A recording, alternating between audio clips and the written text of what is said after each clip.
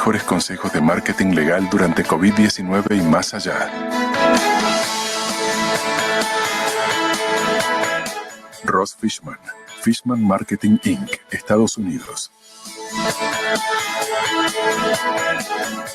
Presentadora, Elyssa LeFevre, Farm Forward, Estados Unidos.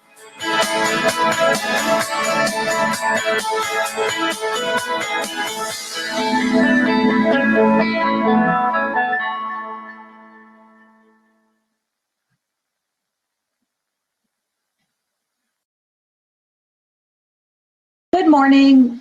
We are honored to have with us today Ross Fishman, the CEO of Fishman Marketing. I am Elyssa LeFevre Chayo and the CEO of Firm Forward. I'm also a legal marketer and the secretary of the Law Firm Administration Committee here at ISIPI.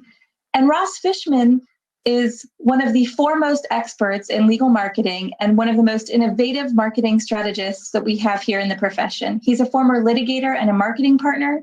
He's helped more than 250 professional firms around the world dominate their markets using branding, websites, and other creative marketing tools. He's a fellow of the College of Law Practice Management and 2020 Law Dragon Global 100 Leading Consultant. Ross was the first marketer to be included into the Legal Marketing Association's Hall of Fame. And today we are honored to have him share with us his workshop on the 20 top legal marketing tips for COVID and beyond. Ross, without further ado, the floor is yours. Thank you, Elyssa. Okay, I'm getting a little bit of feedback. If someone could look into that, please. We're going to be talking about a lot of different areas today. It's a very different time for us in marketing law firms. The pandemic, the issues going on globally have really changed how lawyers market their services, how we need to approach our clients and our prospects. The nature of our relationships have changed because of how serious the problems are that we've been experiencing. Imagine you were in New Orleans when Hurricane Katrina came through and flooded the city, or if you live in an area where hurricanes or monsoons or typhoons risk flooding the cities. Imagine what that must feel like if you were one of the people in one of these homes. You've just lost everything. Your family's health is in jeopardy. You may have lost your business. Your future is in question. Imagine the stress. Imagine what that must feel like to be one of those people where your home is destroyed. And while you're doing that, let me tell you about this award I won the other day. One of the 10 leading consultants in my small community. I thought maybe you want to learn a little bit more about that. So, do you? At this point, your home is destroyed, your life is in ruin. Do you want to hear about my crummy little award? Probably not. Or imagine that you're in the Australian bushfires or in California when the wildfires swept through and destroyed millions of acres of forests, and homes and communities were entirely destroyed. Imagine that your home is on a hill and the fire is raging below and coming toward your community. Imagine the stress, the anxiety that you must feel in that situation. The fire is at your door. The firemen are there saying, hurry, flee for your lives, grab your family and run. Imagine what that must feel like. And while you are, let me tell you about an accountant I know who I think might be a good fit for your firm. Are you willing to meet this accountant right now? Does this feel like the right time to be making that sort of approach? Probably not. And again, these are exaggerated examples perhaps, but it is that sort of stress and anxiety that we're all experiencing. And our clients and prospects are experiencing as well when we're reaching out to them to try to get some business from them. And it's not that that's not the right thing to do. It's not that we shouldn't be. It's just how and when you reach out has changed because of the pandemic and the circumstances that we're all under. In the United States, we've had racial issues and protests. Obviously, our election has caused stress. Many of you may have heard that we have a new president now, or we're coming to one. It's a very difficult time, and people are feeling very anxious. And so what we're selling now is care and comfort and trust, security. We're selling our ability to connect with people and be there for them. We're selling, I got this for you. We're here for you. And that's really good, because many of us went to school, into law school, because we really like helping people. And this is our chance to do this, because I really believe that this is perhaps the best time in history to sell legal services. Because I can't imagine a time when so many people have needed help, and we are uniquely positioned to be able to offer help to them. And they need so many different kinds of help. And so what we're doing now is just being available to them, strong and caring and confident and expert, knowledgeable and available to them for whatever they need from us. And so for those of you who perhaps haven't been rainmakers, you haven't been the type of people who originate business or bring in clients, that's okay. If you're not the kind of person who perhaps likes giving big speeches at conferences or likes going into a big ballroom full of strangers and handing out cards and meeting people, meeting strangers. It's not where lawyers are most comfortable, that we're a more introverted profession. And intellectual property lawyers are on top of that. We're lawyers and then also scientists or engineers or PhDs. So this tends to be a very introverted group. Now, I will grant you, having been to a number of CP meetings in the past, you are not an introverted group. I have never met a more networking-oriented organization than at a CP. But if you're not the most comfortable in big settings, meeting strangers, and most lawyers aren't, then that's okay, because those big ballrooms, those big speeches, those big conferences, unfortunately, don't exist. That's why we're virtual today. It's just not available. And the skills that are the most necessary today are smaller. They're the one-on-one. They're Zoom meetings, not big ballrooms. They're much smaller and more personal, and that's where most lawyers are more comfortable. And all we're doing now is just holding their hands and just, of course, doing great work for them. But they need our care and comfort and concern and assistance, the kinds of skills that really good lawyers tend to be best at. Those are the skills that we need today. The smaller ones, the one-on-one kinds of skills. And so what I want you to do is reach out.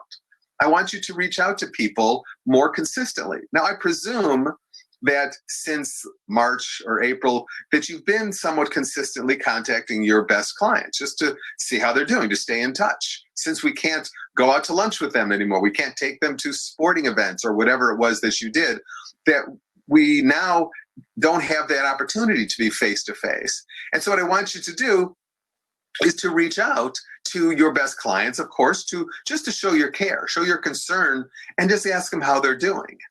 It's easier to reach people because if they're not at the office, they're probably answering their own phones. They're not screening them through a secretary. And because that's what a trusted advisor would do. We all aspire to be the trusted advisor, the person who is really on the inside of our client organizations. They're preferred outside lawyers, a member of their team, someone they reach out to when they've got a problem. And we're always looking for ways to add value to those relationships. And so this is a really good time to be doing that, to find ways to be helpful to them, to find ways to help them through the business issues that they're experiencing now. And one way to do that is to just have regular scheduled calls with them. Now, if in 2019, my accountant had called me and said, Ross, I'm really looking for this year to be a great year for Fishman Marketing. How about we set up a call every Monday at 11 o'clock in the morning? I'll call you and we'll just plan your week, strategize for success.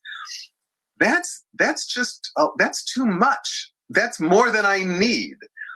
But that might not be an unreasonable thing to ask now of your best clients, because so many things change so quickly during this. Financial issues, different countries have different, maybe government financing that becomes available, and you want to help them get that money, or whatever it is that whether they're firing employees or laying them off or furloughing them, or perhaps bringing them back. What are the intellectual property issues that they're facing now because of their business related issues? How has the pandemic affected them and their businesses?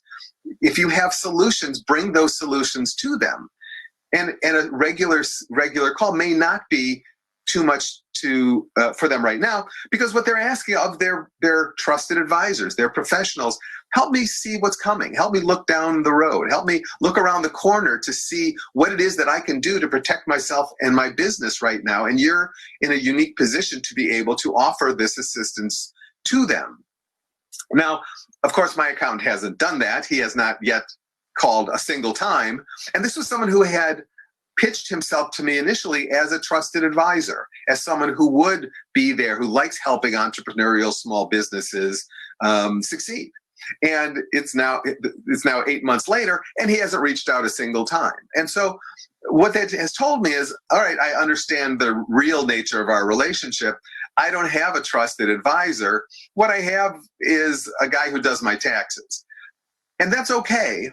But that tells me that if I'm looking for that sort of enhanced advice, someone who really is there as a business advisor is trying to help me, looking for proactive ways to do that, this isn't the guy who's going to do that. And so I'm now open to a pitch by some other accounting firm that might be, that might want my business, because I don't have loyalty to this person. I may use him again, I might not.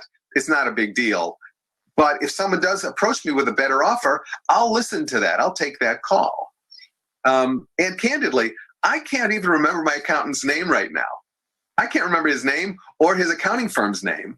And it's not that he's been my accountant for like 5 years, but it's just not important to me. He has never caused himself to be important to me in my business.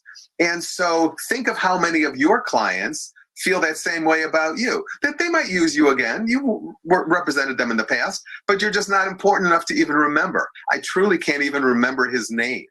And there are many of your clients who may feel that same way about you. And making these calls is really easy. It's just showing your care, showing your concern. How are you? How can I help?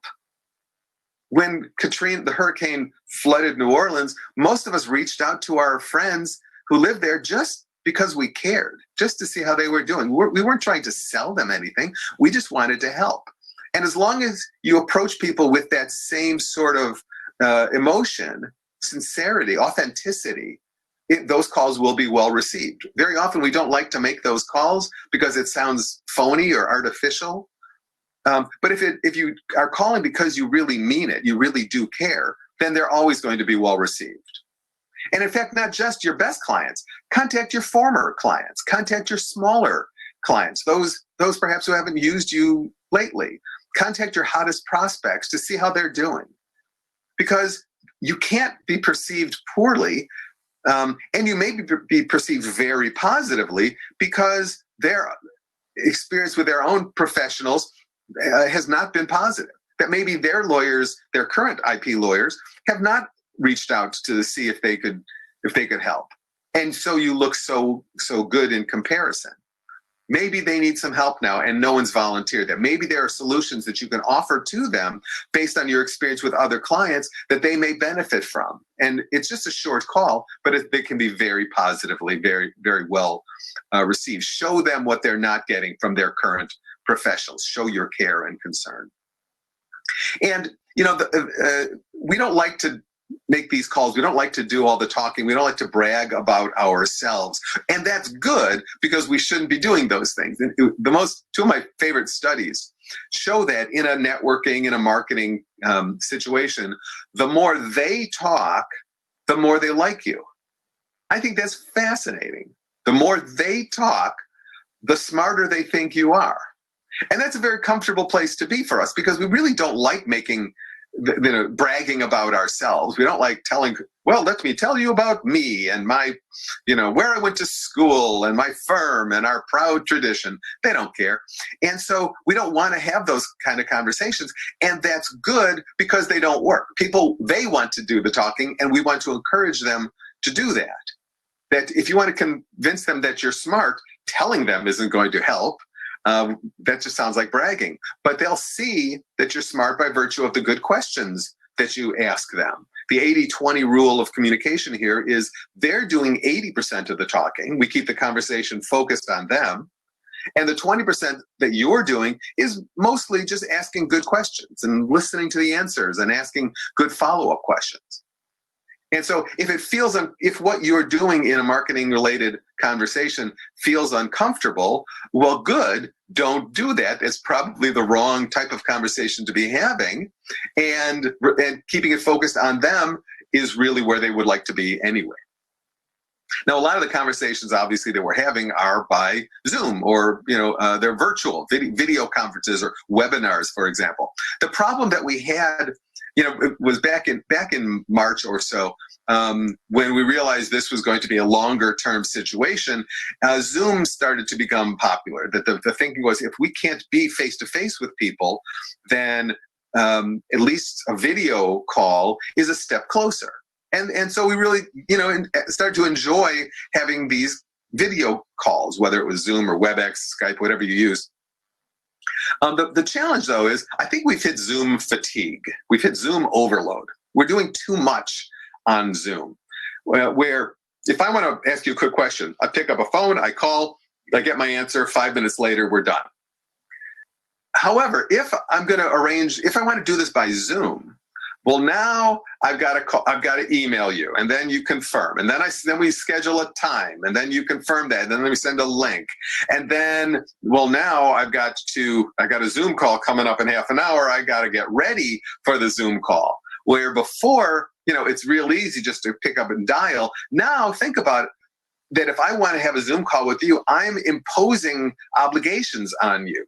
I was in a Zoom call with some friends not too long ago, and one of the women had her video turned off, and it was her turn to speak, and she said, "Look, I'm sorry, I just couldn't do it today." And we all knew what she meant. It just wasn't. She just wasn't up to showering and getting dressed up and putting on makeup and doing her hair for a quick, for a phone call. It just wasn't worth it. And so if we're trying to create a relationship with someone, we want to make it easy, convenient, and comfortable for them. And maybe scheduling a Zoom call, which will require at least half an hour. People are living in their sweats, in their comfortable clothes. Well, now they got to get dressed up, and maybe makeup, and maybe their hair, and cleaning their office or whatever. Maybe that's just more than they want to deal with at that time. And so it isn't always the best idea. So when we're trying to create that relationship, we want to do what's the best for them. Now, of course, if I need to read them, if I need to sort of see their expression and their gestures and posture, then it is better. Or if I need to create a personal connection with someone, it is better if we can see each other face to face. But just understand that we're imposing obligations on them that they may not want. And so we should be sensitive to that and what's best for them.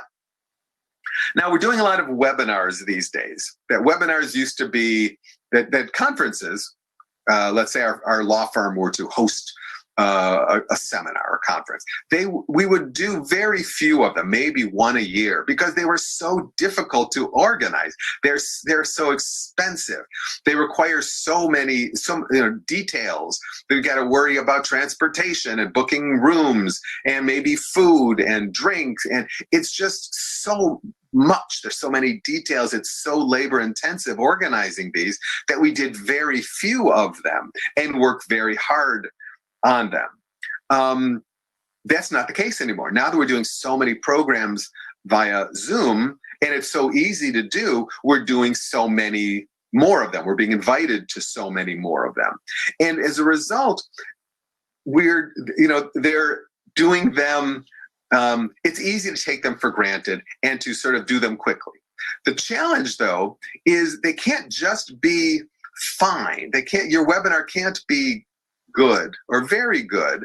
It's got to be great, because there's so many choices that our target audience, the people we want to attend, have so many choices. In the United States, just the 100 largest law firms produced in just a 3-month period, the second quarter of this year, 1,300 webinars, just the top 100 law firms.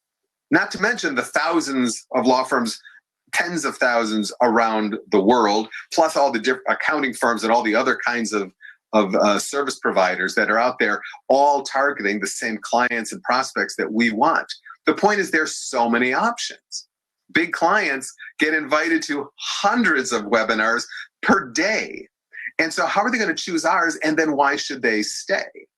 And so CP has done a very nice job of inviting and reminding and inviting and following up, and in order to then create this terrific program full of content. But in any program, we have to, every program is being evaluated individually. And I think that we have to work even harder, all of us as presenters, as conference organizers.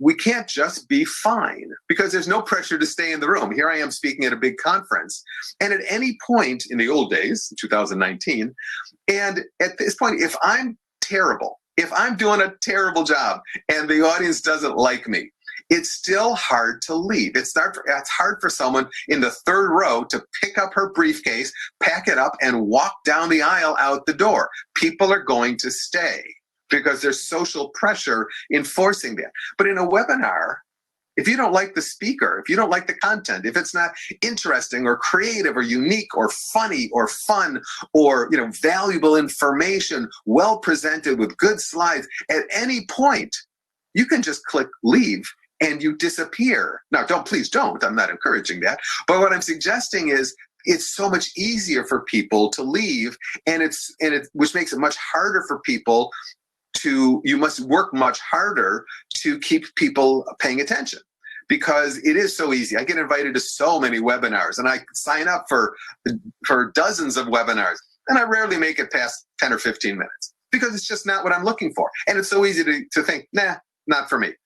Leave or exit or back. And so we've got to work much harder to provide that sort of powerful content, because it's really hard to be good when someone's watching you on a phone or a tablet. Your face may be the size of a little tiny stamp.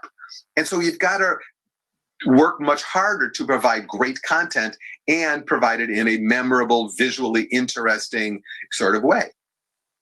So some tips about how to provide better online content.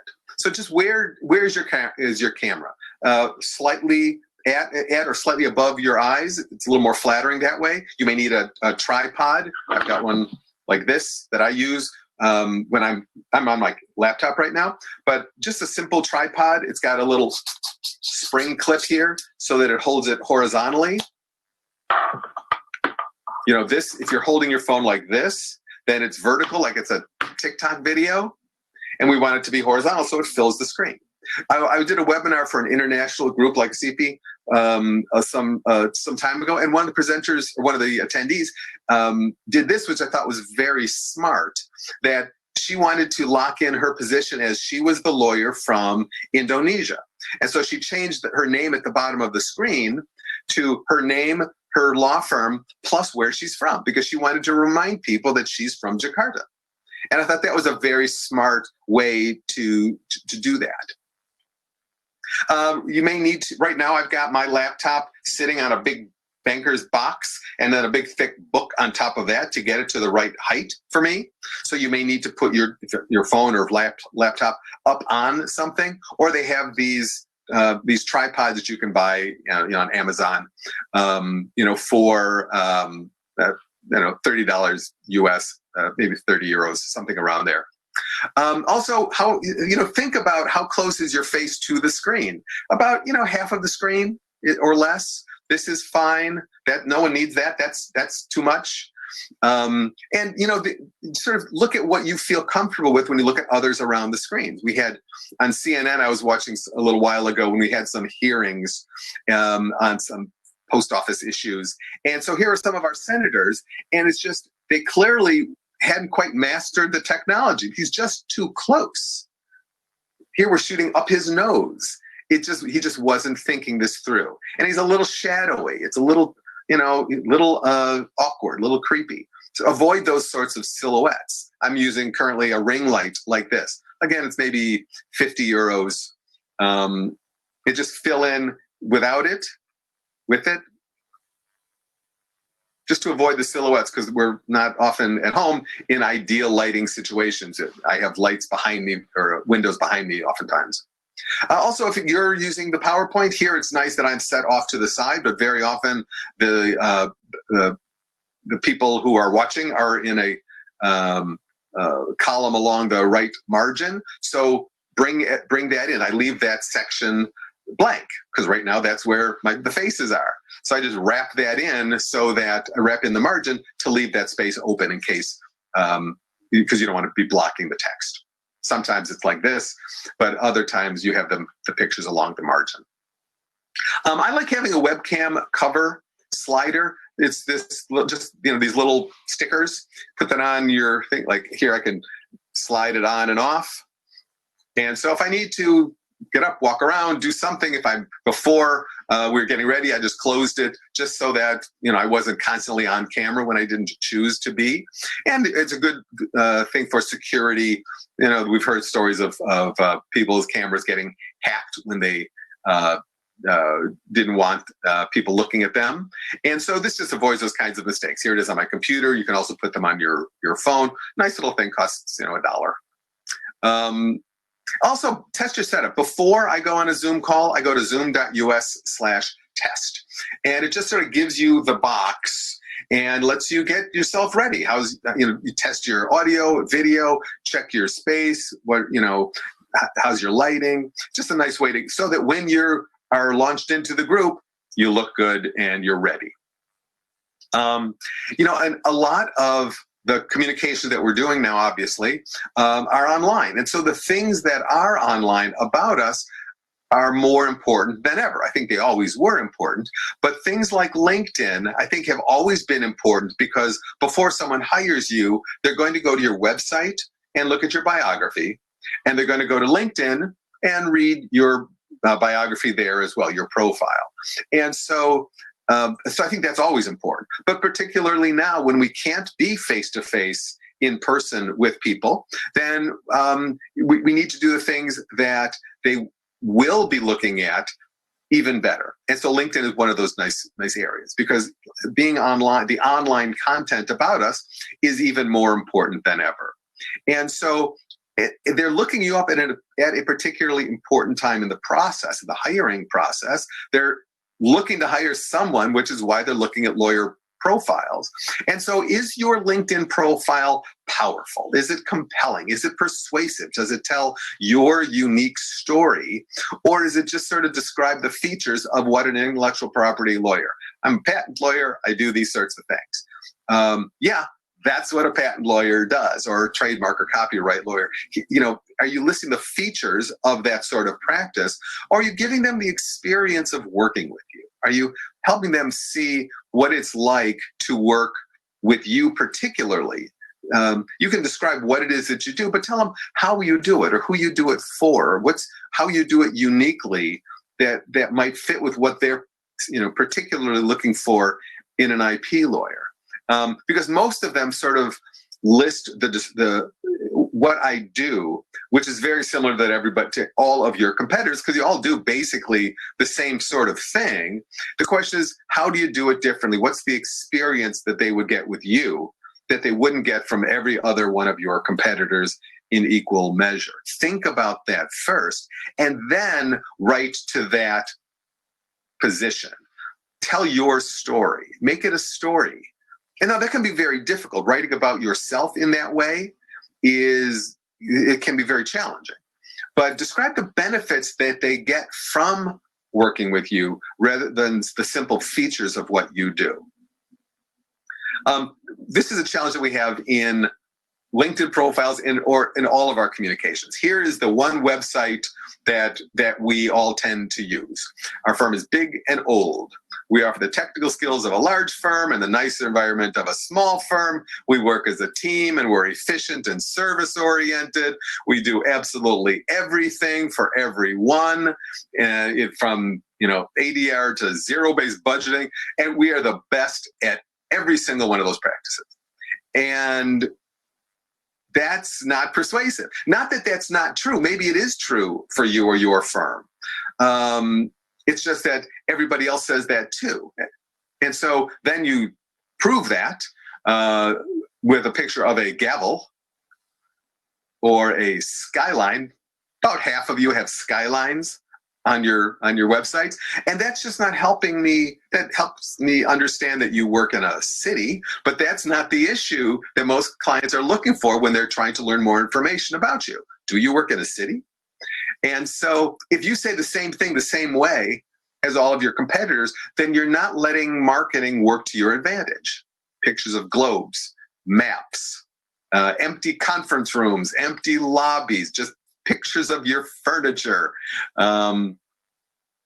pictures of technology. We have computers.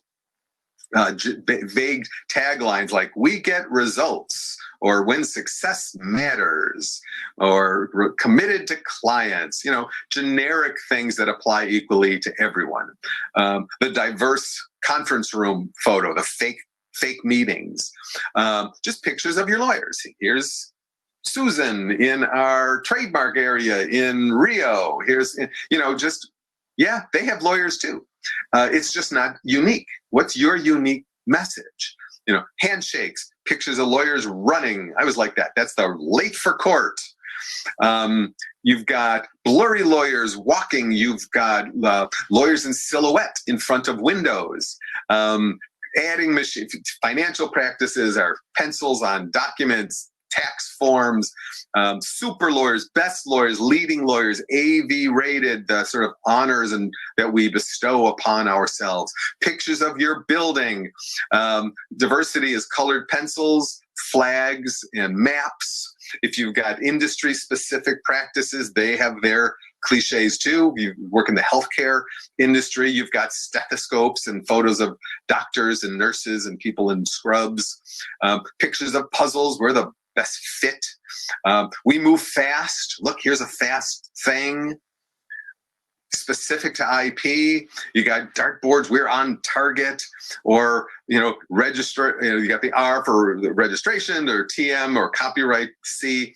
You've got gears and chips and strands of DNA, test tubes and beakers, motherboards, labyrinths like this, mazes. Very specific to this, to your sort of practice, which all of your competitors are also using. And so the point is, you're not using marketing to your best advantage if you do the same thing as everybody else. And so the first step is to figure out, what is it about you that's different? What is it that you can do that is different than what every other firm is saying about themselves? And then how can you express that in a way that makes people understand it and feel it and believe it? Here, for example, is a firm that we worked with in Chicago, and it's a trusted estates and tax kind of firm. And they're terrific. They're the nicest, sweetest people, as trusted estates lawyers often are. And so they represent multi-generational families. So they'll represent the founders, the grandparents, and the parents and the children, and very diverse group of people and clients. And so this was their website. And I thought, it really doesn't tell anything about that story. They make these general claims of the practice areas that they're in. They say that they're excellent at it. And it just really it didn't express the warmth and care that these lawyers really had. I mean, they were a wonderful group of people, but the website, this just didn't really tell me anything about them. And it certainly didn't tell me how they did their work and how they relate to their clients. And so we changed that to this, which really expressed the family nature of their practice and their clients. we want our clients to see themselves in our materials. And so they have, again, diversity and many different generations. And it's just warmer. It's a comparison of this to that. And which firm feels better? Which feels more sophisticated? Which feels more welcoming? And I hope that it's obvious that the after one is the one that really reflected the personality and style and culture of this firm. They really were that way. They were warm and caring as lawyers. And so we wanted to express that in their website so that people who did want to learn more about them got that feeling, that true and accurate feeling about them. Now, I'm not saying that that's what people are always looking for. In another firm we worked with, really, really tough. It's a litigation firm, a smaller firm. And this was the website that they had, a couple different skylines, their experience, talent, sophistication, results, accessibility, practical solution, all the same old nonsense that everybody says, from Wall Street to Main Street, business and litigation, all this stuff. And no one believes it. It wasn't credible. Here's their biographies with these weak little smiles. They didn't seem tough. And to meet this guy, he is scary. He is a scary, scary man.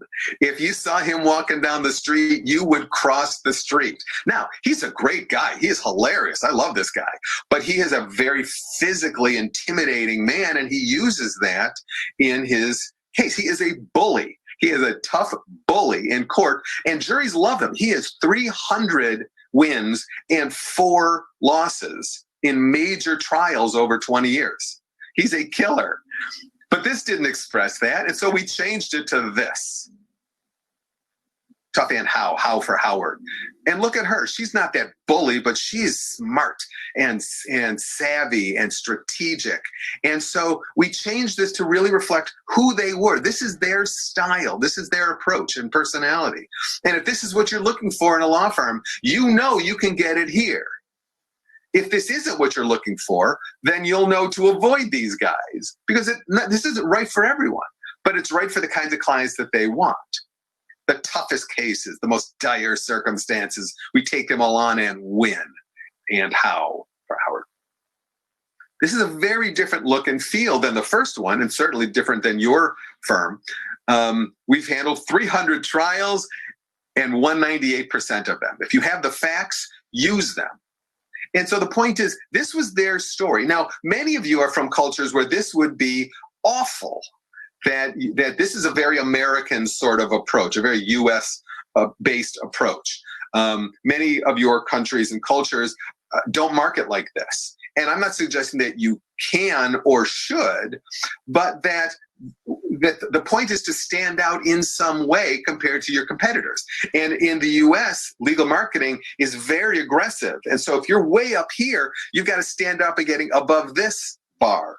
If you're at in a country where the legal marketing is much more calm and quiet and understated, which is totally fine, then you've got to then be a little above that, be a little different than whatever the nature of your competitors are. In the US, I've been doing this for 30 years. We started out very, very sedate, very understated, very nervous about, should lawyers market? Can they market? What will happen if there's if we're perceived as marketing? Is that a good or bad thing? We didn't know.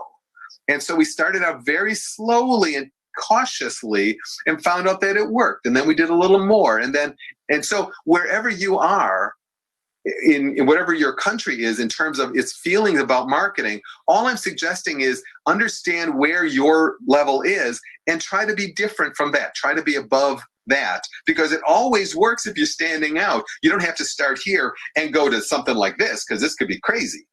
It's just appropriate for who they were and the market that they were targeting. When you can't afford to lose or simply don't want to, call the Howard Law Group. They could be very bold in their language because they were bold in their message. That was the message. So look at the difference in how these stories are being told. It's the same firm. It's just one of them is true to who they are, and the other one was just awful in explaining their story. Some IP firms I always like Stern Kessler, but we did this from many years ago, and they were talking about specific industries that they worked in. And so here in the, what I liked about this particularly was, how potent is your patent, as their tagline. I always like that one. Here's a firm in New York, and these are IP firms. It's a small firm, but they do some very important trademark work. And so, for example, one of the most well-known trademarks in the world is the I Love New York trademark, and they're the firm that protects that trademark. So that's a great credential to have. And so talk about your work. What is it that you do? Who do you do it for? What industries do you do it in? If you can talk about your work. Now, obviously, very often you can't. You're not allowed to. But if you can, don't tell me you're smart. Show me smart things you've done, and I'll believe it. Now, this one, we were allowed, we got the approval to use the New York trademark. They let us use their mark in our material. Of course, we got their permission. You would never violate someone's trademark in your marketing materials. That would be crazy. Here's an example where we talked about the work, but the client wouldn't let us talk. He wouldn't let us use their name. And so we still talked about the work that we do, but just in a way, and you could, click and then get to more of the story, but we were never able to identify the client by name, and that's their prerogative. That's their ability to tell us no. And of course we didn't. But talking about your stories, your examples, that's what convinces people that you're good at your job. Fish & Richardson, the biggest IP firm in the US, also one of the oldest. And they had some of the most incredible representations. And so one thing we did for them was we connected to their history. We never want to look backwards. We always want to look forward, but connecting to your history, particularly if their history includes Thomas Edison, Alexander Graham Bell, some of the people who created industry, in the US. Our first aviation clients barely left the ground. Our most recent ones left the solar system. What a powerful message to shape your firm's story. What are your stories? Have you been around a long time? Many of your firms have been around a long time. What did you used to do? From horse-drawn carriages to driverless cars, connecting the history to the future is a nice way to go. Tell your story.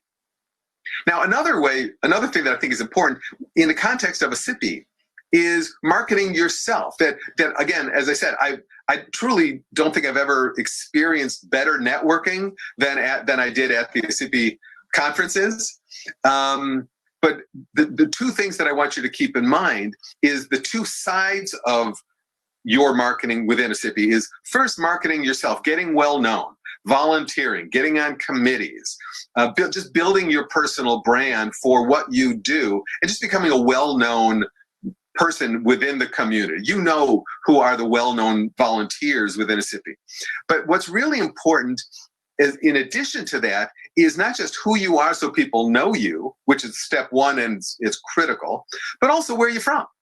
What do you do? Are you on the patent or, trademark, copyright side? But then where do you do it?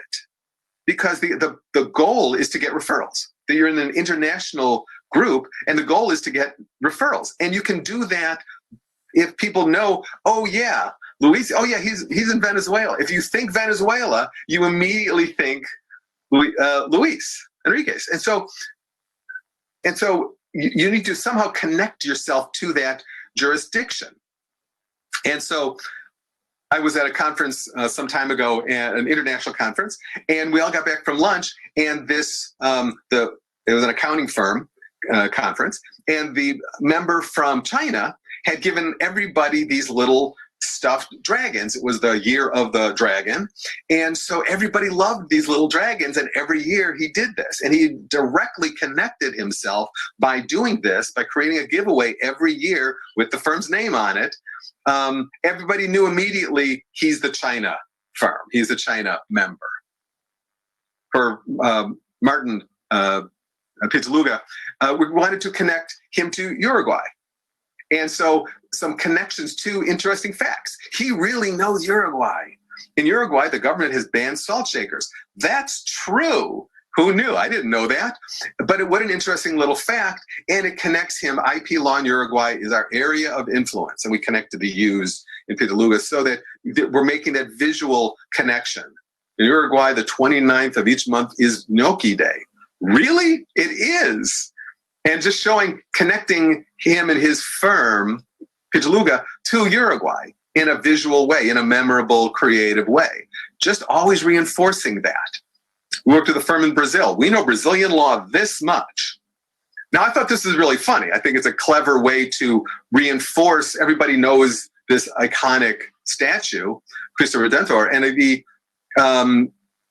but to be culturally sensitive, we really can't run this. We didn't run this in the U.S. because we're very sensitive about religion. In the U.S., we have no sense of humor about this, and this could be perceived badly in the U.S. And so we didn't run this in the U.S. But this is something that for inbound, another example of for inbound marketing, connecting yourself to your jurisdiction. If Pitaluga wants to become known as an IP firm in Uruguay, this is a good way. That was a good way to do that, to market outside of Uruguay, so that people connect Martin to Uruguay, and for inbound referrals out from the U.S., from South or Central America into Uruguay. Another way to do that same thing is to connect yourself to some sort of geographic specific holiday. Here's a card I get every year for Ramadan from a firm in Saudi Arabia. They used to send me print cards. Now it's electronic, but they send me one at the beginning and end of Ramadan. Here's a firm in Israel that sends me Hanukkah cards. And so is there something that you can connect yourself to in terms of a holiday in your country that you can then send outside, use on social media, post it to LinkedIn, send it to your database, your contacts, as a way of generating those sort of referrals, both while within a SIPI as well as your general marketing. Finding a specialty, I think, is if there's something that works best in marketing, it's this sort of target marketing. Find that specialty area. So the challenge that most lawyers have in their marketing is they really haven't specifically defined who they're marketing to. Who's your audience? Is it everyone? Any business that has intellectual property needs? That's just too broad. In your country, that's such a big audience, because a lot of what you do isn't that unique. And so you've got to stand for something, be different in some way. That law firms come to me and say, Ross, we want to get our name out there more. That's not the goal that I would want for them. I would want them to dominate something. I want you, in your marketing going forward, I want you not to think about more marketing or better marketing, but I want you to be the market leader in something. I want you to think about becoming the market leader in something. I want you to dominate an area, to define what that area is, and then work to dominate that, own that industry or subspecialty practice or some sort of geography, some combination of that. That should be your goal. So, for example, not the obvious industries, but smaller ones. Here's a firm we worked with upstate New York, where there's a lot of forests. And here's a law firm that focused on the timber and forestry industries, where they're the heavy lumber. This is their branch office, little puns that we're making about this industry, and just connecting them to this industry, because then we advertise this in the timber industry publications, email blasts, Timber Monthly magazine. They're the only law firm competing for this business. Agriculture, this is a firm in California where there's a lot of agriculture in their community, and it's a full service firm, but we targeted them into that particular industry. And this is particularly helpful for IP, where they're already buying your expertise in something fairly narrow. It's unusual to do, let's say, patent work. It doesn't matter if it's chemical, mechanical, electrical, you already have specialty niches within that and probably subspecialty industries in there. And of course, there are conflict issues, and I understand that.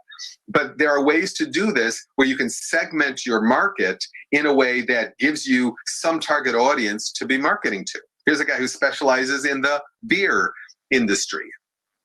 And you can get very small. Here's a firm that specializes in the rental car industry, representing rental car companies like Avis and Hertz. Here's one that represents a personal injury firm that represents injured rideshare drivers, injured Uber or Lyft, sort of drivers. Find something small where you can really build expertise, and then find the trade association that is connected with that. And so the question for you is, what do you do? What do you enjoy? What makes you different than every other lawyer, just like every other IP lawyer in town or in your community? How are you different? What do you know? What do you enjoy that they don't? Then figuring out what that is, then focus your marketing to dominate that area.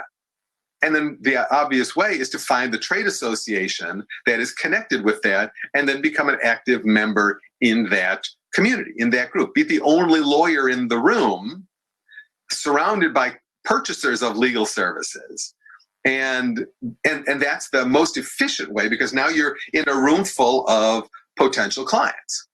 And so there's the encyclopedia of associations, but that has 150,000 trade associations to search through. But you can easily do this in an online search once you know what that little niche trade group is for you, what industry you're seeking to focus on. I'm not going to talk too much about this because I've written a couple books, and I'll be getting your contact information after this program, and I'll send you the partner checklist book, a PDF of that. And there's an entire chapter on this topic called A Plea to Focus Your Marketing. I would urge you to read that chapter because it goes into much greater depth on that point. And it's a very important point, particularly for IP lawyers. It's a way to really stand out and accelerate your marketing. Okay, and now a lot of the marketing that we do, of course, is in writing. These days, it's on the internet. It's always been, lawyers have always marketed in writing disproportionately, because that's kind of what we do and what we like to do and what we're most comfortable with. The problem is our writing really isn't all that good for marketing purposes. The kind of writing that lawyers do isn't really marketing writing, and particularly not on the internet, where we've all heard about the 8-second attention span, or we just like to skim. People just skim, and so we need to write to make that easier for people. The challenge is we don't tend to. Here's an alert that I received from a law firm. The very first sentence is a case citation, which is an immediate block for almost everybody. I mean, I'm a lawyer. I can read this. I don't choose to, because I'd rather read, we all are experiencing so much written material, emails and memos, all day, every day. And so I don't want to read more of this. If I also receive something like this, say, oh, well, this is easier. I like this better. And so that's what we're trying to aspire to in internet writing, is simpler, shorter, easier to read. Think like your audience. This one at the top was not taking the audience into consideration. This was writing like a lawyer because that was comfortable for them. They probably pulled this straight from a memo that they'd written for a client. Instead, think about your audience and how busy and stressed they are, how anxious they are, how crowded their schedule is, and how, when you're feeling that way, how do you read? You sort of skim and flip and turn the pages, and we have to write on the internet. The idea is to write for an 8th grader, and that's not stupid. That's just simpler. It's easier. It's like People magazine instead of a complicated journal. And so it's shorter sentences, shorter paragraphs, smaller words. Then take it and then cut it in half. Shorter is better. In fact, cut it in half again. Because what we're looking for, our audience tells us, that they're looking for is practical, simple, useful tips. They want one page. They want to make it, easy to skim, lots of headlines and bullets so they can kind of see what's going on. Bold, large print, large, headlines, bold words. I do this in my emails because I know people are going to be skimming my emails. And so I literally have headings and numbers and bold in my emails because I know they're going to be skimming it anyway. So I want to make sure that they understand what I'm writing in the quickest possible way for them. They want one page. Practical, what do I need to know right now? And we not only have to give them that information in that way, but we have to get it to them as quickly as possible. Because I was moderating a panel of general counsel a little while ago, and they said, we get hundreds of a new legislation, regulation case comes out, and I'll get hundreds of newsletters from firms I don't even know. I said, well, all right, how do you decide what to read? And they all agreed on this, that they read the first one they get on the topic, as long as it's sort of easy to read. The first one, and then maybe the second one, just to double check the information. But after that, they're done. They're done. They're not reading the third one or the 100th one. And if yours takes too long to work its way through the committee or you don't get around to it, you can spend a lot of time working on this, and it's great. And no one's going to read it because they will have already received that information from some other firm.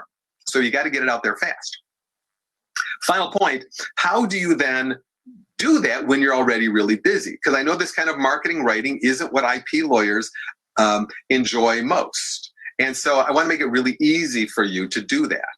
And so the easiest way to do that is simply just dictate it. The information's in your head, the expertise is in your head, but it's not useful until it's in a format that someone else can manipulate. So just dictate it. You explain it. And then once it's out on paper, now you can cut it up, edit it, and spread it across the internet.